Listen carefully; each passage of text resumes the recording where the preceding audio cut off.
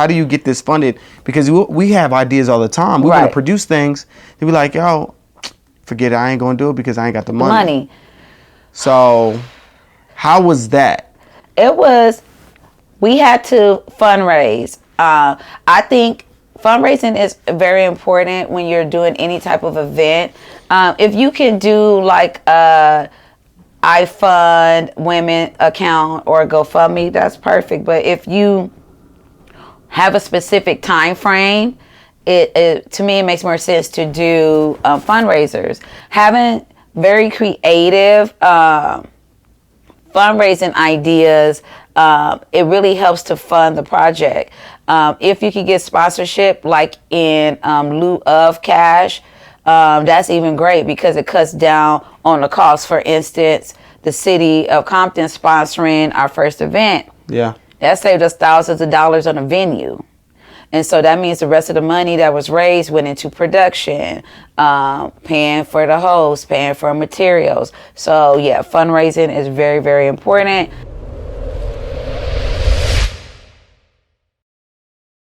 This is the first episode of Production Pod, so we're going to be interviewing producers, entrepreneurs, entertainers that are in the industry that actually want to produce things. Because if you ever want to create anything, you have to produce it.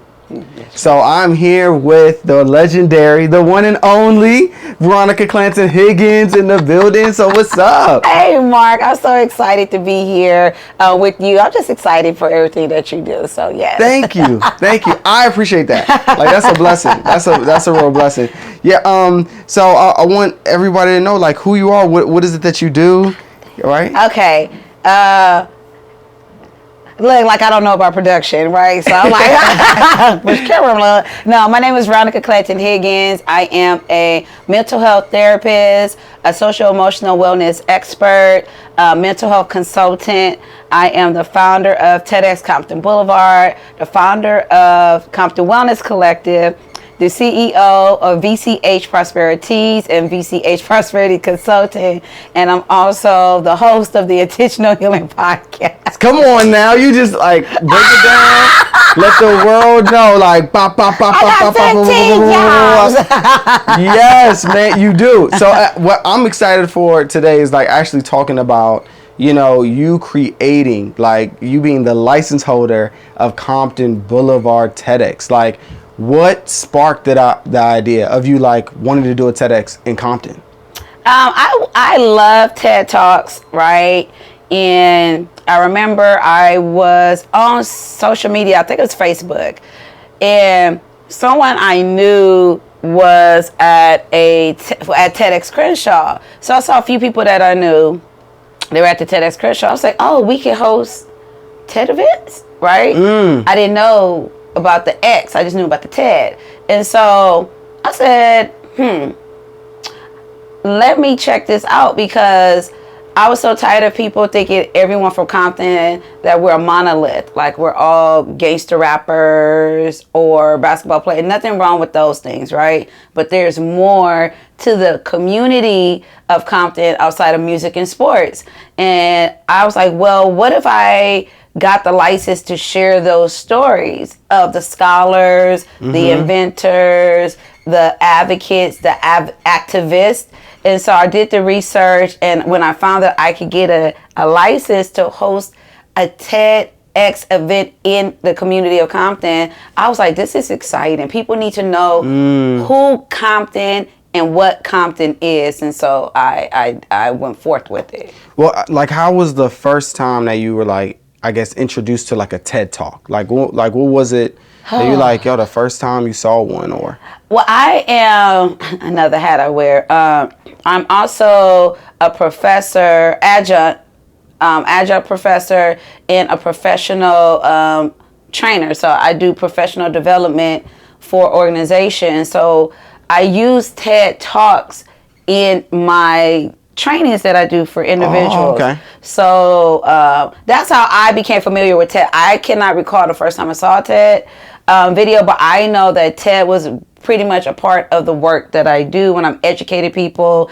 and I'm trying to find the story to connect to the work. I would use a good TED video. and that is my introduction to it, just using it in work.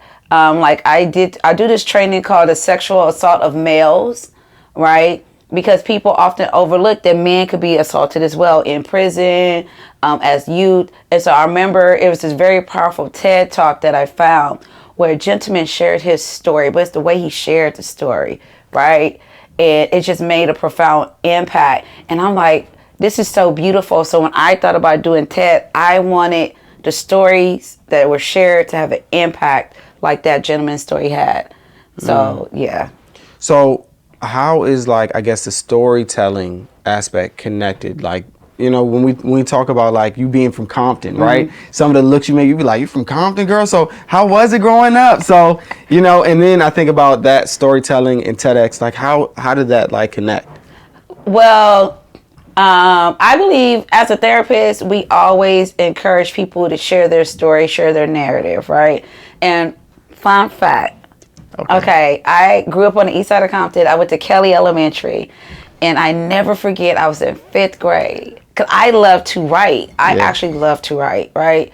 And I remember they said, what do you want to be when you grow up? I said, I want to be an author. Because I just wanted to tell stories, right? And you are one. Yeah. Oh, yeah, I am. I have Come 3 books. And so I changed my name to Vanessa, because Vanessa was my pen name. Because I was, 5th grade, I found you have a pen name. So my pen name was Vanessa. I remember writing the whole book with little pictures and everything. And that is how my love for storytelling started. And then as I got older and I became a therapist and I started doing the work, the power of your story, it can be very healing. When we gather together, we share stories like parables. If you read the Bible or the Quran, or if you're looking at when Black folks were enslaved in this country and they would sit around and share stories, right? Yeah. So stories could be either spoken word, songs, but it was the sharing of the pain, of the truth, of the wisdom, right? And so to me, that is why I love storytelling, right? So when we shift that and we take those narratives, it actually helps the next person.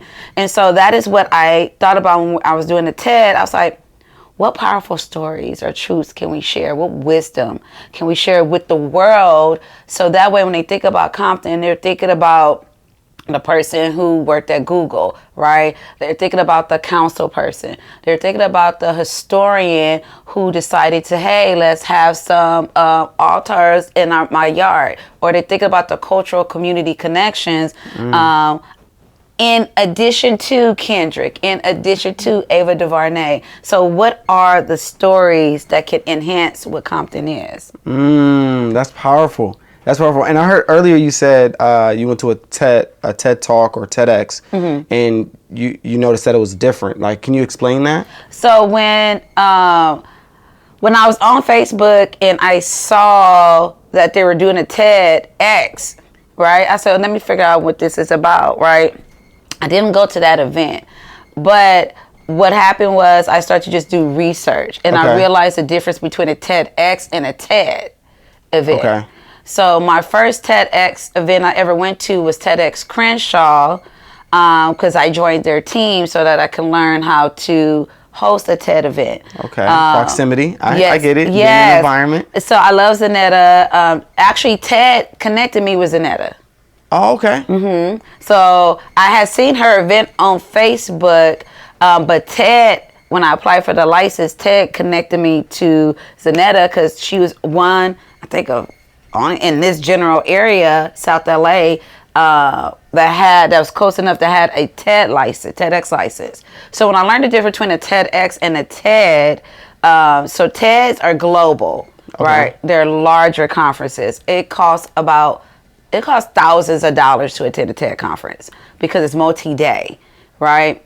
A TEDx is locally organized. So it's a community-based initiative, not a global one. Okay. So that's why a TEDx will be named after the community that's hosting it. Okay. Right. And so like TED is usually like the country or the region or something like that, like TED Women, TED Australia. So it's different ones. And so when I learned the difference between the two, it became even more profound that this is something that could be important for the community. But the first TEDx event I went to was TEDx Crenshaw. So is it like hard to apply? Like, is it like a certain amount of money? Like what? How does the application process go? Okay. I must have hit a nerve. So bringing it back. Bringing it back. Come on now. So it's just weird. The TEDx license is just weird. I'm gonna say that. Okay. Because you apply for a TEDx license, you have to explain what your event is, have a theme. You have to choose the disciplinary areas that you want to cover in your talk, in your event.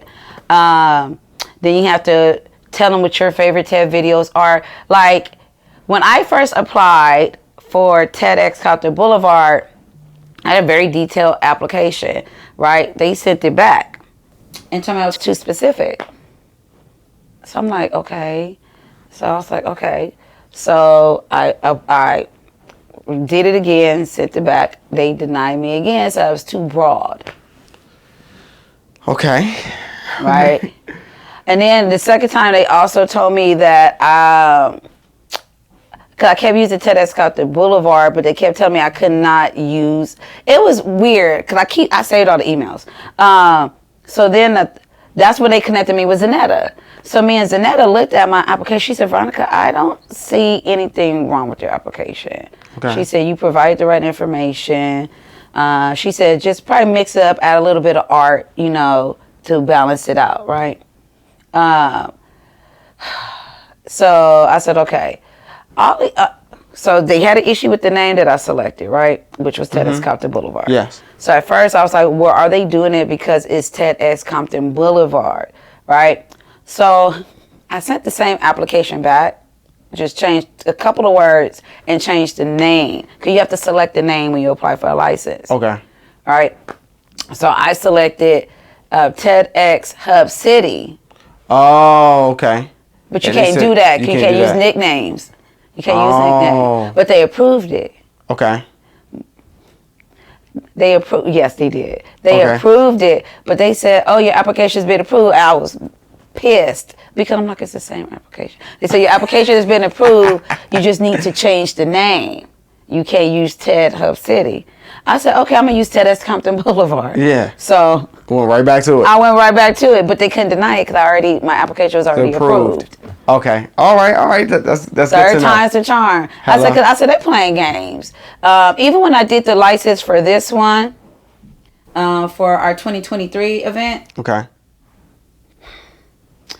We went back. Mind you, this is literally our third event. I know how to apply for a license, so and it's free to apply for a license. It's free. Okay, that's good to know. It's free. It does not cost because you got to spend all your money creating an event. But it's free to apply for a license, right? Because it's locally organized. So you just said something. You said, you got to spend all your money to create the event. So TED doesn't give you the funding to like. Oh, absolutely not. Absolutely not. No. Okay, I mean, some people don't know, so I gotta ask. No, so TED does not give you the funding. You have to do it yourself.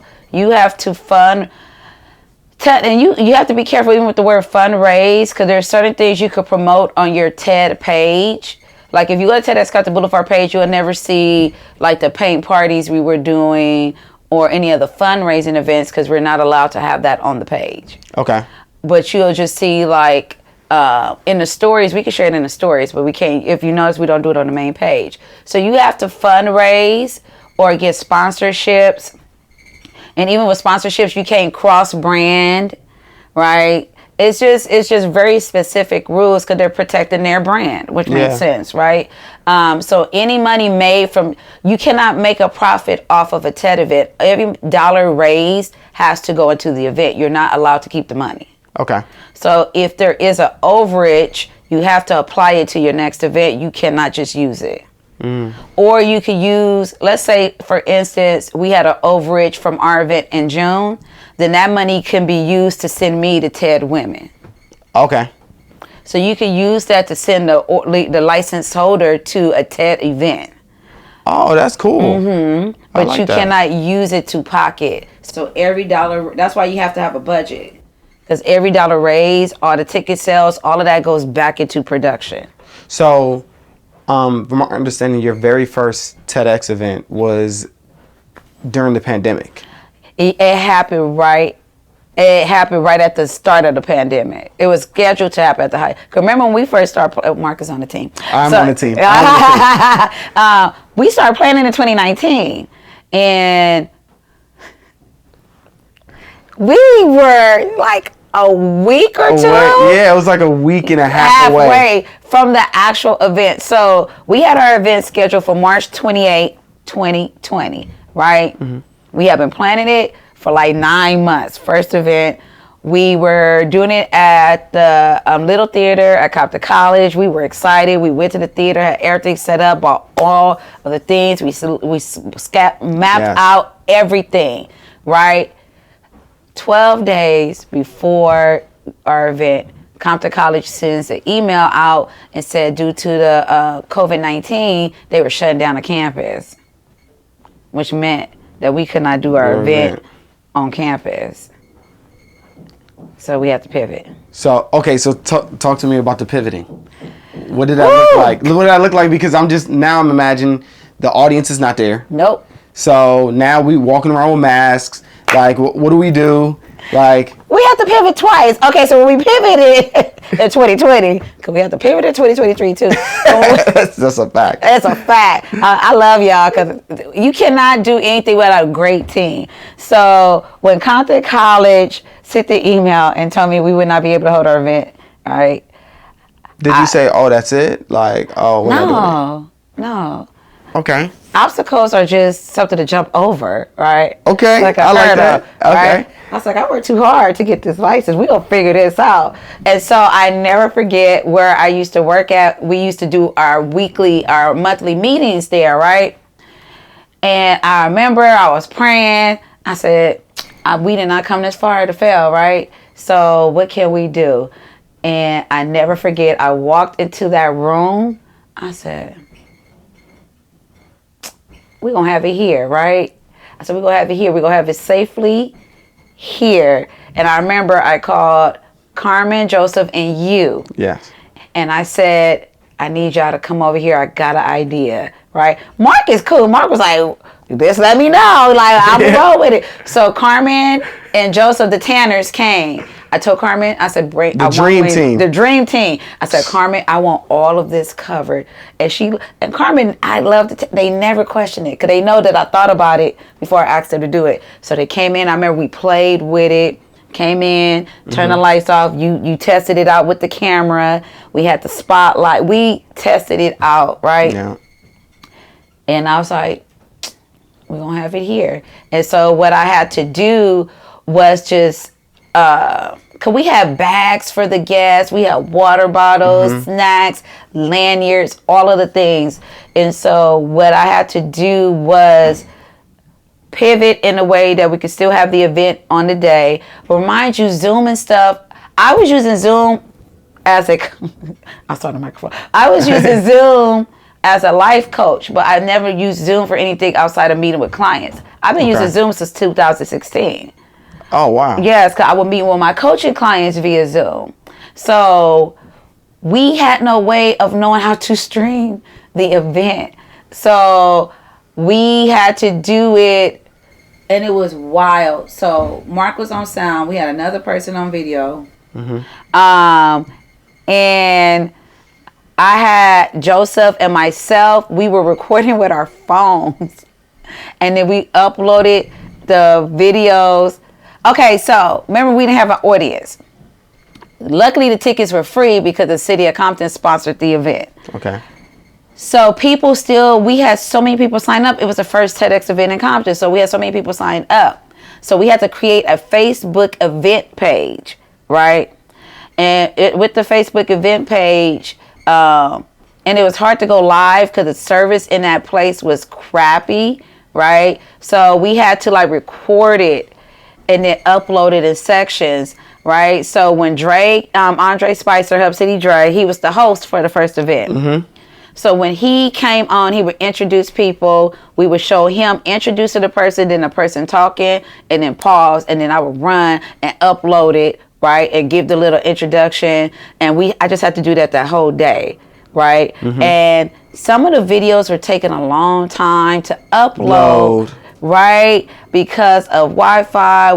It just was wild, but we got those uploaded into the Facebook event group so that families and friends could watch it, right? And then we just had to explain to people the edited videos will be available on YouTube in like 2 to 4 weeks. But the speakers had to come in. They could not bring any guests, right? It was just production and the speaker.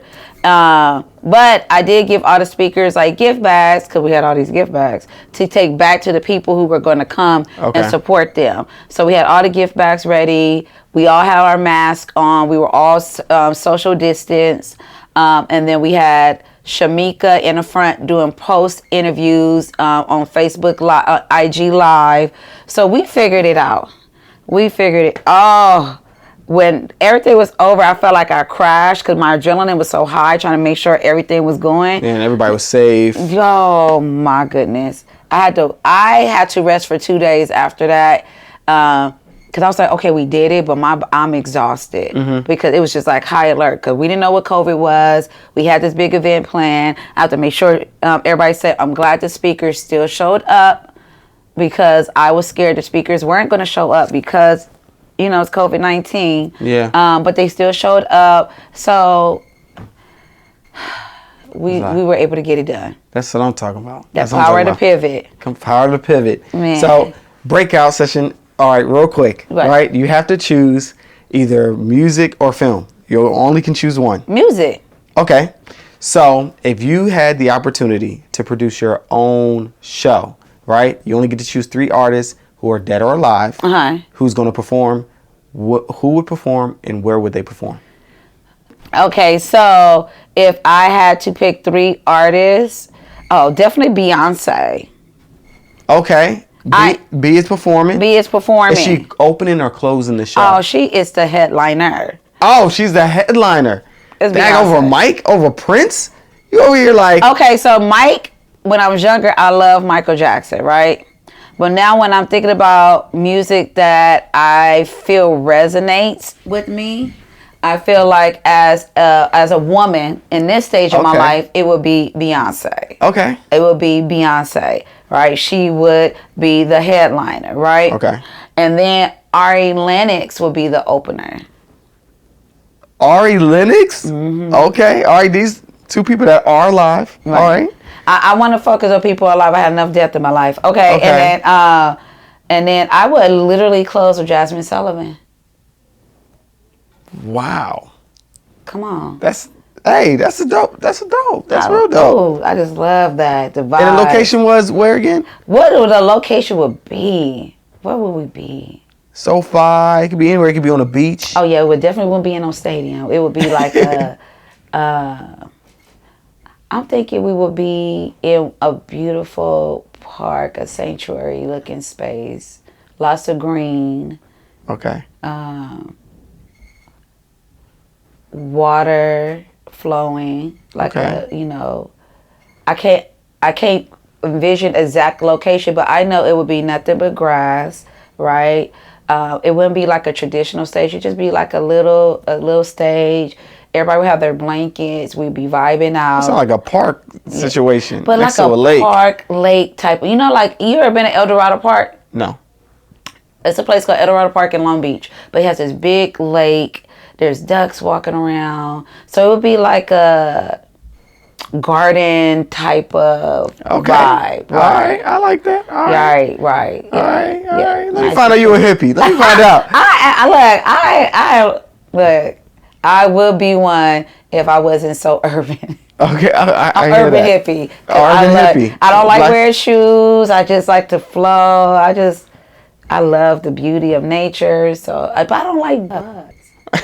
No, facts. I'm good with How it. you like nature and don't like bugs? No, I feel you. Okay. I'm with it. I like it too. I like going out there Yeah. barefoot in the grass, but I don't like laying in it too long because I'm like, then I'm doing this. I'm like, I'm itchy. Yeah, I feel you. Bugs are so intrusive, but okay. Okay. So, all right, you talked about like, the city of Compton funding the very first Compton Boulevard. So, is it a GoFundMe? Like, what do you do? Like, how do you make them? Like, how do you get this funded? Because we have ideas all the time. We want to produce things. They be like, yo, forget it. I ain't gonna do it because I ain't got the money. So, how was that? It was. We had to fundraise. I think fundraising is very important when you're doing any type of event. If you can do like I Fund Women account or GoFundMe, that's perfect. But if you have a specific time frame, it to me it makes more sense to do fundraisers. So we did paint parties, we did a silent auction. Okay. Oh, that silent auction was fun. We did it over at the Compton Airport. Oh, that was fun. That was fun, but it rained, and Morgan Freeman was there. Yes, he was. And the guy from one of the Tuskegee Airmen was there. Yeah, he was still alive. I mean, that was a vibe. So it started raining. We were in a hangar at the Compton Airport inside the Tomorrow's Aeronautical Museum, and Morgan Freeman happens to walk in. So I started laughing like, is that why it's raining? Morgan Freeman comes in, and then I guess he's getting ready to do a movie or something because he was there with one of the elders who's a Tuskegee Airman, and they gave him an award or something because he had a plaque. We got plenty of pictures of it. He was in a wheelchair. We all spoke with him, and I just thought that was just so interesting. For that, we sold merchandise. Yeah. You have to sell. We sold sweaters, hoodies, cups, mugs. We sold art. We sold everything, and then we also had sponsorship packages. Okay. So people pay to be in the program for the sponsorship package, which also included 2 tickets, but pandemic. But having very creative fundraising ideas, it really helps to fund the project. If you could get sponsorship like in lieu of cash, that's even great because it cuts down on the cost. For instance, the city of Compton sponsoring our first event. Yeah. That saved us thousands of dollars on a venue. And so that means the rest of the money that was raised went into production, paying for the host, paying for materials. So yeah, fundraising is very, very important. And since our event, when I did the first TedX here in Compton, I wanted it to be accessible. Okay. So sponsorships were very important, and making sure we fundraise is very important because I did not want people to have to pay for this event, right? Because a lot of times I want people to know when we did tabling, we were at Compton Art Walk, and we were out there. It was me, Mr. Higgins, Antoinette, Dana, and we were all out there. A lot of people didn't even know what a TEDx was. So we were out there explaining to people what a TEDx was. In the community, didn't know what a TEDx was? Okay. In the community, they did not. So we were at Compton Art Walk, and we had the sign, and people were like, oh, what is this? So we kept trying to explain. And I thought, in my mind, I said, this is why we need to bring it to the community. People are unaware of what a TEDx is. Some haven't even heard of TED Talks. So the assumption is that everybody knows what a TED Talk is, and not everyone does. And so just sharing that information was important, and that made it even more profound to have a TEDx in Compton. So when you talked about the sponsorship aspect, like how was it cold calls? What are you doing in terms of like actually bringing like sponsorships and brands to actually fund or like help a TEDx? So when we had our first event, we had everyone broken up into different committees. So we did have a sponsorship committee. I gave them the templates to send out to businesses like Target, Little Caesar. Plenty had just came to Compton, so they just volunteered to be a sponsor, but they were giving us produce because when we were doing it in person, we were going to pass out food and it had to be prepackaged. And so they were going to bring us some prepackaged food. We were looking for in-kind donations from Target. It has to be in alignment with what you need. Well, we learned that a lot of people would donate in kind but may not give money. Okay. So if you need stuff for your sponsorship bags, like for your speakers, then reach out to those people. So that's how we were able to do it. Oh, that's a good thing. So instead of buying all of the speakers' things, we reached out to people and asked them to donate the items. And because we were using, we had a nonprofit fiscal sponsor, because a TedX is not a nonprofit. A TedX is just a license under TED. TED is the nonprofit. Oh, I thought you had to have an actual nonprofit in order to do a TEDx. No, it's just an event.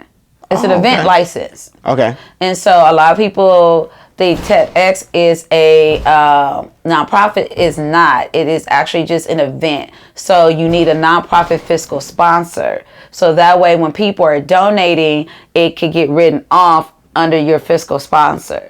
Okay. So our first event, Together Let's Rise, was our fiscal sponsor. So when people donated, at the end, we sent them letters of donation in kind or monetary, so that way they could write it off on their taxes. Oh, okay. No. That's dope. That's really dope. And what are some of the, I guess, like, because you talked about some of the hiccups, because, COVID, right? And this is your third or fourth one? Third. Your third one, right? So is this going to be annually? Like, you're going to be doing this? Like, no. Okay.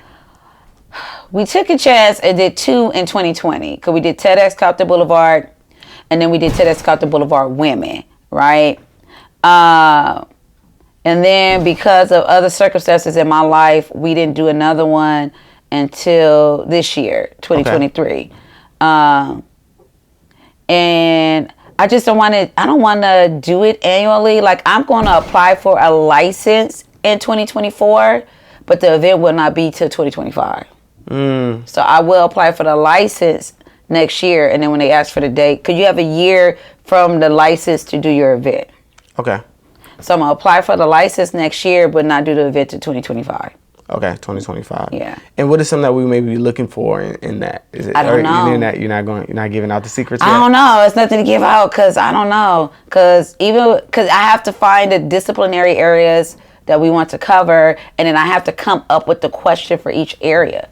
Okay. And I don't have the bandwidth for that. We just finished one. And so this year we did like social science, invisible disabilities, which is the humanity. We did art history.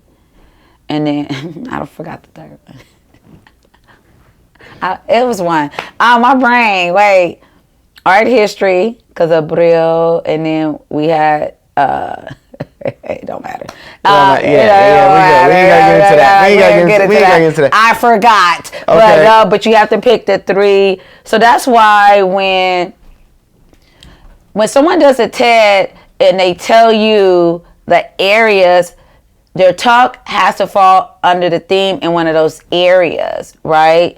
And so that is why when we're doing the applications where people apply to be speakers, if their talk is not in the area that we applied for the license for, then you're not following directions. We clearly, when you apply to even be a speaker, I use the same content from the application. Like, your talk has to fall into one of these disciplinary areas, because that's what we got the license for. Okay, so this is a great question. Who do you choose? Like, how do you get the word out? Like, I'm going to create this. I got the license now. Now, who do I get to speak? Because if I'm the license holder, I can't speak. No. So now I can't speak. No. Right? So I'm producing this, but like, who do I get to come and be on the stage, and how many people can I have on the stage? You can have as many as you want. Okay. You could pick as many speakers as you want. It's just, do you really want people to be bored? So our first event, we had 9 speakers. And that's because we were going to do it big, because it was the first one, right? So when you are after you do your application, you get your team together, then you have to do a call for speakers. So when I did a call for speakers, I just had everybody sharing it everywhere. Okay. So my team, on my personal social media, on my business social media, then I created a TEDx Compton Boulevard page, and then we had a social media person, so they were blasting it. And then speakers have to apply, right? So when they apply, you just complete the application and you submit the 1-minute video of your talk idea that falls in one of the disciplinary areas. Okay. So it has to be a 1-minute video explaining your idea. Don't call, it's not your talk. It is your talk idea, right? Oh, I want to talk about how the intersection of art and history can be healing to underserved communities. Oh, that would be, okay. I see what you mean. Oh, that's a good one. Yeah, that's real good. That's like that. Yeah, when we watch this, I'm going to write that down. But that's all we're looking for, right? So we have a time period from this time. I like to do like 30-day application periods. Because you don't apply within that 30 days, I don't know what to tell you. Because we have to go through all the videos and applications. And so when you apply to be a speaker, you fill out the application. After the application period is closed, my team and I usually don't, because a lot of people that apply, I know them, so I try to just. So my team reviews all the videos. They get a rubric. They have to tally. So we have a speaker team. The speaker team goes through all the videos. They get to select 3. They're 3. Okay. When a speaker team selects their 3, each person selects 3. They send it. I have a Google form and they vote, right?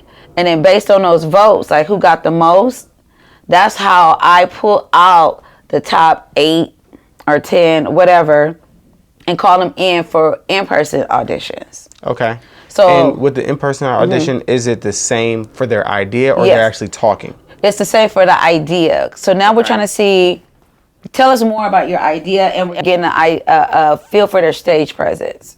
Okay.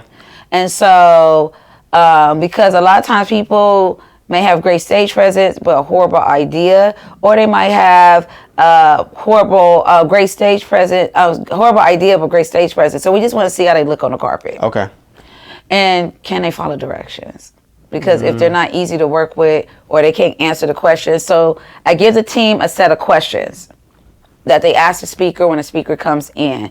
ChatGPT, like how do you get these questions? Oh, no, I create the questions. Okay. Yeah. Okay.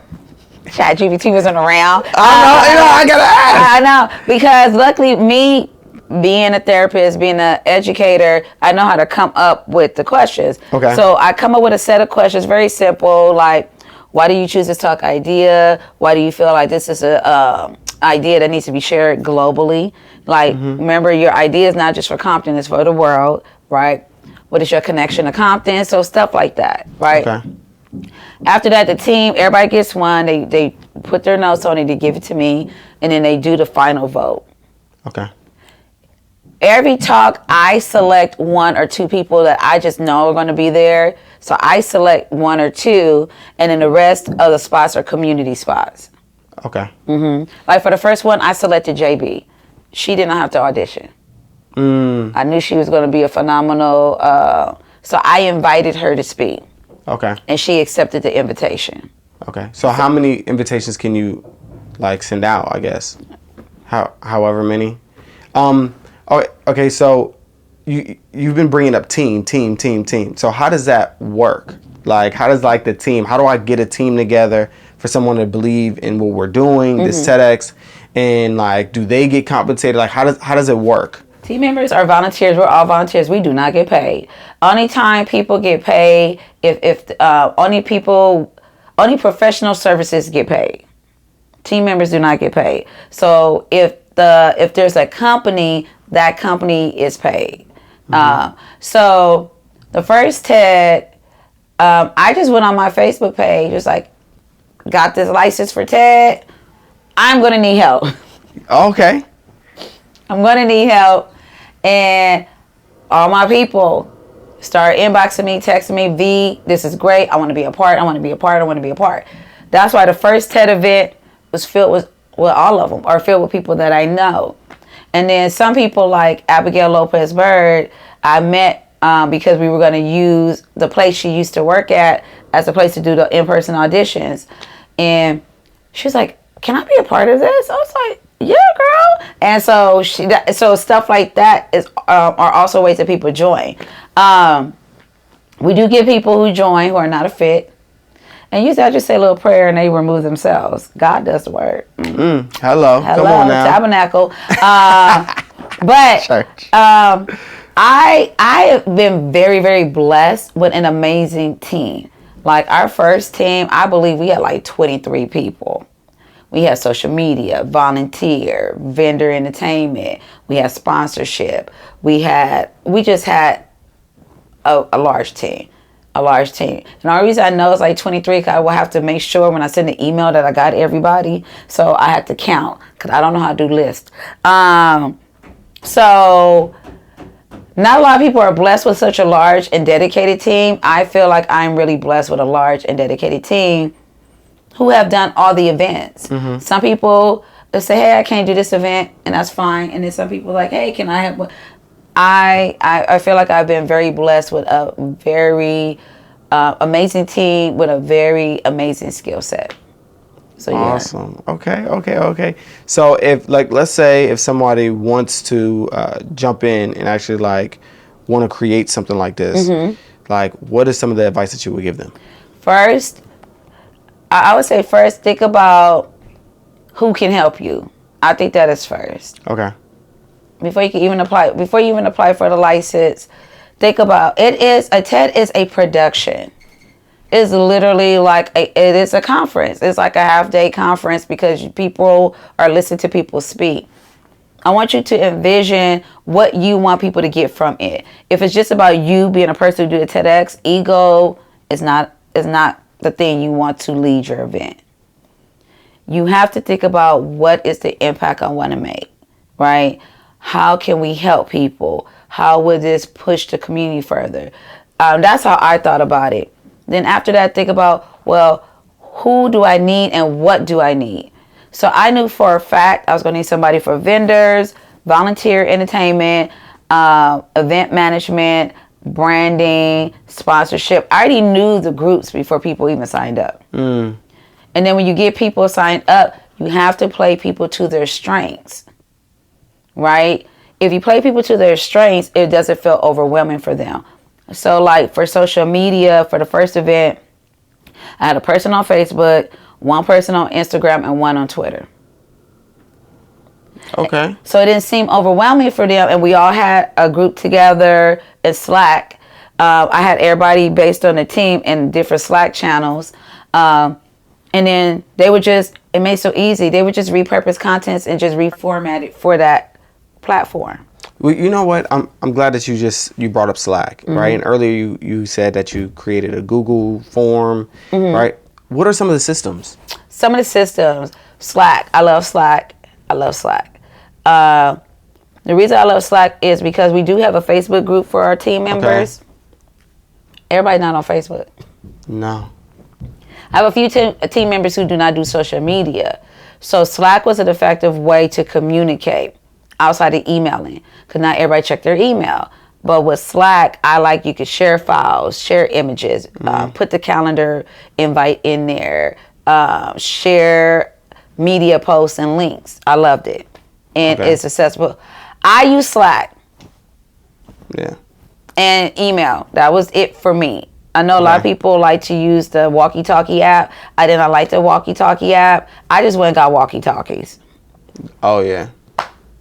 We didn't even need them. Yeah, during the event. We didn't even need them. We didn't need them, but I also made sure everybody had everybody's phone number. So I put people's phone number in the Facebook group and in the Slack, just in case they need to text again, contact with each other. Because I feel like we're team members. People can have your number. But no, Slack. Oh. Slack. Love it. Slack. I like Slack. So, my last question is gonna be what is something that you just want to leave people in general? What is something that you want to tell somebody, for them to get through life? What is it? Always trust in whatever your higher power is. When you operate from a place of faith, and that anything is possible, right? Instead of saying nothing's impossible, anything is possible, right? And just be flexible. Faith, flexibility, possibility, right? I think those are the three things that you need to have in life when you're working with the community, when you put on any events. Faith, flexibility, and possibility. I like that. Thank you. Put that on your shirt. I know, right? Come on now. All right. Thank y'all so much for tuning in for the very first episode of Production Pod. And again, please subscribe. Check us out more, each and every Friday. Thank you again. Peace.